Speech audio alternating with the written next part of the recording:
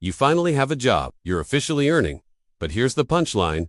You're still broke. Worse, it's the kind of broke that feels shameful because people think you should be okay by now. But today we're going to shame this experience and validate those feelings. Because if you're watching this, chances are you've been there, or you're currently living it. Let's break the illusion. Having a job doesn't automatically mean financial stability, especially if you're supporting your family. You're paying off loans you never borrowed. You're dealing with emotional pressure to treat everyone on payday. And yes, you still have student loans to pay off. All these take up a huge chunk of your salary. And on top of that, you still have your own needs to attend to. You can't save much. Your lifestyle is pretty much the same. And that sucks, because on your first few paydays, you made plans. You envisioned yourself repaying your mom for your education, traveling with friends, paying off credit card debt, building an emergency fund. But reality slapped you across the face, and all those plans were put on hold. And let's not forget, you use spending to cope. You say, deserve Kayo too, but deep inside, you know it's a temporary fix for a bigger hole.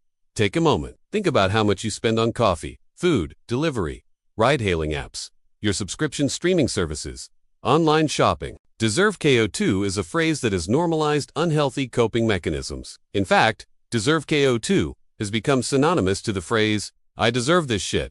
And guess what? You do deserve better. You deserve a system that works for you, not against you. You deserve financial guidance that doesn't come from a toxic family dynamic. You deserve to live within your means without feeling like you're deprived. But right now, none of these things are within reach, and that's why you're still broke. Because although you're receiving a steady stream of income, it's being counteracted by the high cost of meeting your basic needs. So while your peers are talking about their fancy new gadgets, their Boracay trips, and their dream cars, you re-stuck in your room staring at your phone calculator app wondering where the month's salary went. Here's the thing. We don't really talk about how to handle income, especially if it's your first time receiving a salary. And this isn't your fault.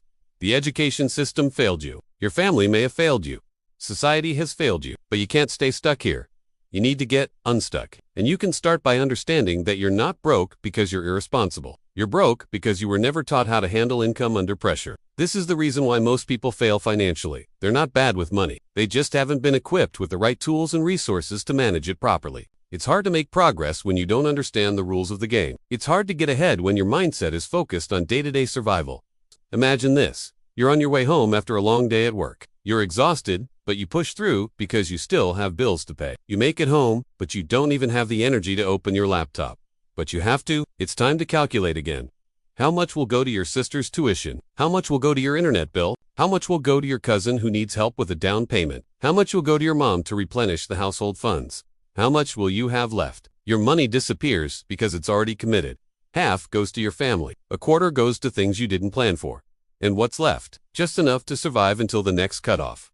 Now let's add some numbers. Based on a survey conducted by Gobert in 2021, 48% of Filipinos are supporting their families financially. Around 66% of Gen Z and millennials are also sending money to their parents. On average, they send around 10,000 pesos per month. So if you're part of these percentages, take a moment to visualize how much you're spending. Then picture that amount subtracted from your monthly salary.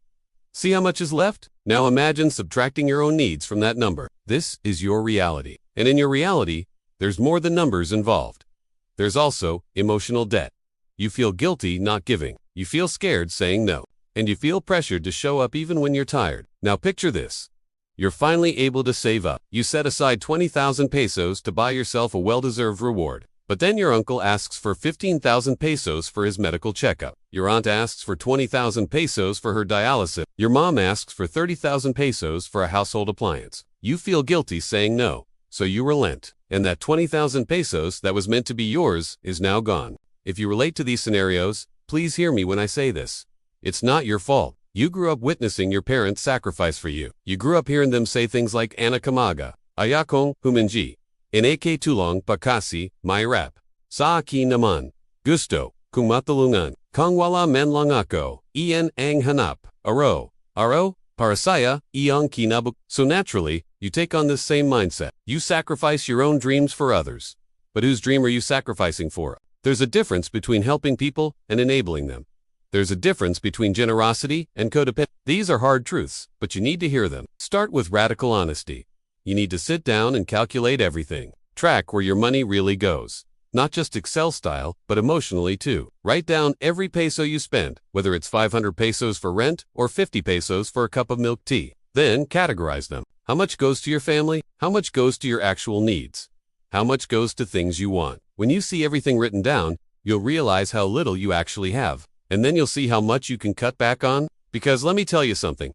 There's nothing wrong with cutting back. If you think your life revolves around buying Starbucks coffee, I hate to break it to you, but it doesn't. In fact, your life revolves around your health, your mental well-being, your growth, your dreams, your peace of mind. Don't let anyone tell you otherwise. Then, plan your finances. If you're not sure where to start, try our first job, Financial Reset Kit. It's free. We created it ourselves because we know how you feel. It's helped a lot of people gain control of their finances. And here's another hard truth. Stop using other people.